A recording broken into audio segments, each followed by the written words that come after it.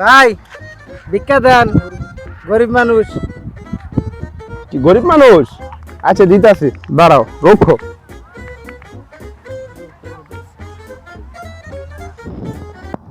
নাও 10 টাকা দিলাম, 10 টাকা।